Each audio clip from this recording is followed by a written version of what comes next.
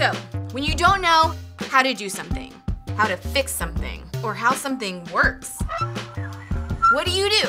Ask a teacher? Ask your parents? Ask your friends? Ask someone you really know and trust? No! You go to the internet and ask some randos. But I'm not talking about creeps here, I hope. No, I mean the people of the internet! You know, those people who make how-to videos. Because chances are, if you're trying to figure out something, someone on the internet has already figured it out for you. Things like, how do I unsend a text? No. How do I do a winged eyeliner? How do I get rid of the zit by Friday night? How do I get out of gym class? How do I screen cap Snapchat without getting caught? They'll never know. But then there are things in life that don't have an easy fix, that don't have a simple solution, that don't have a how-to video. Things like what to do when you have problems with family, or when it seems like you have no control in your life, or what to do when someone has done something to you. I mean, clearly, they gotta go. The truth is, there's a lot of life that doesn't have a solution you can just find online. So how do you know what to do when you don't know what to do?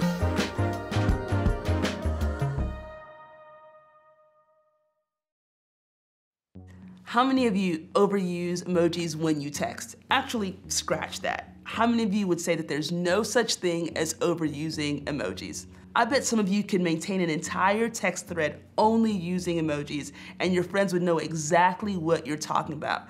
Here's some of my personal favorite emojis in the world. First, laughing tear face. I use this one all the time.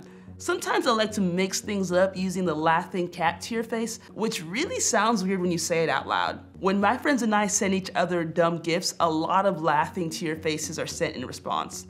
I also like the green face. Maybe I'm overly sensitive to smells, but I tend to use it a lot. Like, I'll give you a couple examples. If my friend texts me, just change the diaper, insert green face. Just walked into the locker room at my gym, insert green face. Just took my shoes off, insert green face. And finally, the sad face with the tears streaming down. Whether I'm sad about something serious or something lighthearted, this emoji is sure to follow. Like when my friend texts me on Sunday and says, just drove through the Chick-fil-A line and I realize it's Sunday. That one gets a lot of sad faces with tears streaming down. And that's the beauty of emojis. They help us talk about how we feel without using a lot of words. On the other hand, there are a few emojis that I don't use as often.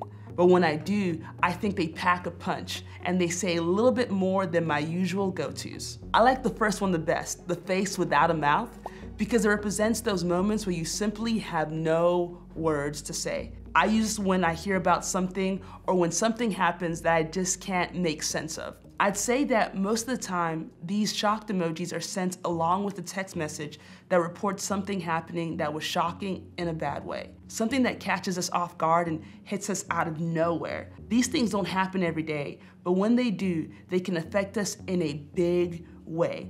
Have you ever experienced anything in your life like that? Something that simply rocked your world, caught you off guard, made you feel uncertain, or caused you a lot of hurt? Maybe you felt this way when you got the news your parents were splitting up, even though you had no idea things were that bad. Maybe a friend had something hurtful to say about you, and he or she accidentally sent that text to you, and you immediately knew that they meant to send it to someone else. Maybe you felt this way when your mom or dad told your family that you were going to have to move because of a job change.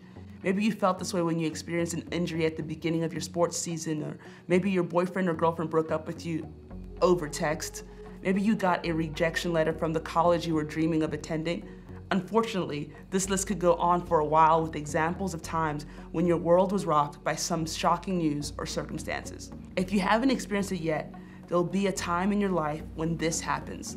The thing about these shockingly painful moments is that they often hit us out of nowhere.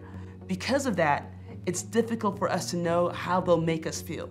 And because of that, it's difficult for us to know how we'll respond.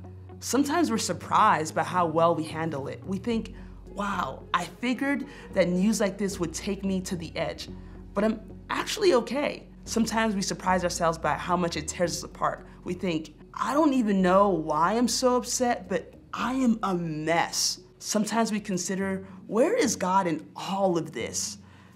Because we're all wired differently, we experience hurt differently. But that doesn't change the fact that hurt hurts. That's the bad news. The good news is that we're going back to the life of Joseph as a model for how to handle unexpected pain. Joseph is one of the most famous people in the Old Testament of the Bible. Joseph had some family drama that he definitely played a part in creating. He was his dad's favorite child and therefore given special treatment compared to his brothers. And on top of that, he had a dream that his brothers and even his parents bowed down to him out of respect and honor.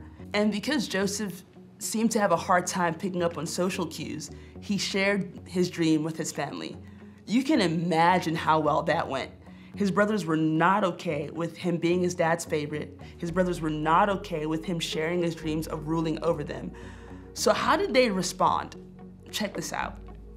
But they saw him in the distance, and before he reached them, they plotted to kill him. That escalated quickly, and it gets worse. Here comes that dreamer, they said to each other. Come now, let's kill him and throw him into one of these cisterns and say that a ferocious animal devoured him. Then we'll see what comes of his dreams. Despite his anger toward Joseph, one of his brothers actually had a conscience in the moment. When Reuben heard this, he tried to rescue him from their hands. Let's not take his life, he said. Don't shed any blood. Throw him into the cistern here in the wilderness, but don't lay a hand on him. Reuben said this to rescue him from them and take him back to his father. Thank goodness for Reuben. He convinced his brothers to throw Joseph into a well instead of going homicidal on him. He even planned on coming back to rescue Joseph later. The brothers listened to Reuben, and when Joseph approached, they ripped off the special coat his father had given him, and they threw him in a well. If Joseph had a phone, this is when he would text his best friend. When your brothers tear off your jacket and throw you into a well, SMH, shock face. But they still are not done with him. They notice a caravan of traders approaching. Judah, another one of Joseph's many brothers, suggests that they sell Joseph to these traders. After all, selling Joseph to a group of people who would most likely make him a slave is much better than murdering him, right? So that's exactly what they do. They dip Joseph's coat into, They dip Joseph's coat in the blood of a wild animal, and they take it to their father and tell him that Joseph was likely attacked and killed by an animal. What a cover story. They took the ornate robe back to their father and said, "We found this. Examine it to see whether it is your son's robe." That last line tells us everything we need to know about the situation. The brothers obviously knew that the coat belonged to Joseph. They brought it up to let their dad know that they noticed the way he favored Joseph, and they were mad about it. They didn't call it Joseph's robe or our brother's robe. They said, "Your son's robe." What a bunch of jealous jerks. This is where Joseph would probably be texting again. Good news, my brothers pulled me out of the well. Bad news, they sold me to some traders who are now taking me out of town. I am not in a good place. Shock face. I'm being a bit lighthearted, but there was nothing lighthearted about the situation. We simply can't imagine the fear, despair, uncertainty, anger, and hurt that he felt. Betrayed by his own flesh and blood, sold into slavery by the brothers he grew up with. The message being sent was loud and clear. We are all better off without you. This was clearly a what to do when you don't know what to do moment. Our stories are different than Joseph's, but we'll all experience pain of some kind. We'll have painful moments that catch us off guard. We'll have moments when life doesn't make sense and we don't have the words to process what's happening. Unfortunately for Joseph, he had more shocking moments in his future. We'll look at some of those in the next few weeks, but I want to highlight 5 powerful words that show up in his life. The Lord was with Joseph. You see, when Joseph was in despair and wondering how life would turn out, he could rely on the truth that God was with him. This truth didn't change the reality of Joseph's situation, but there was comfort in knowing that he wasn't alone.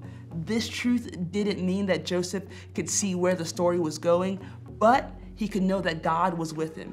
This truth didn't mean that Joseph could easily deal with the things that happened to him. It didn't mean that he had a reason or explanation for the pain in his life, but he didn't have to figure out those things all by himself. And the same is true for us. When there is nothing you can do, God is with you. When life hands you shocking news and you don't know what to do, God is with you. When you and I can truly understand and embrace this truth, it changes things. Our circumstances may not change. After all, Joseph wasn't immediately returned to his parents, but it changes our perspective on our pain. It changes how we see what we're going through. Knowing that God is with us may not change our circumstances, but it might just change us. It might just give us enough hope to keep going, even in the midst of hopeless situations.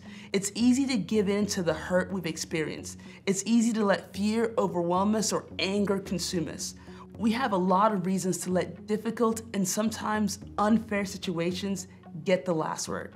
But when we know that God is with us, the uncertainty of life doesn't get the last word. God does.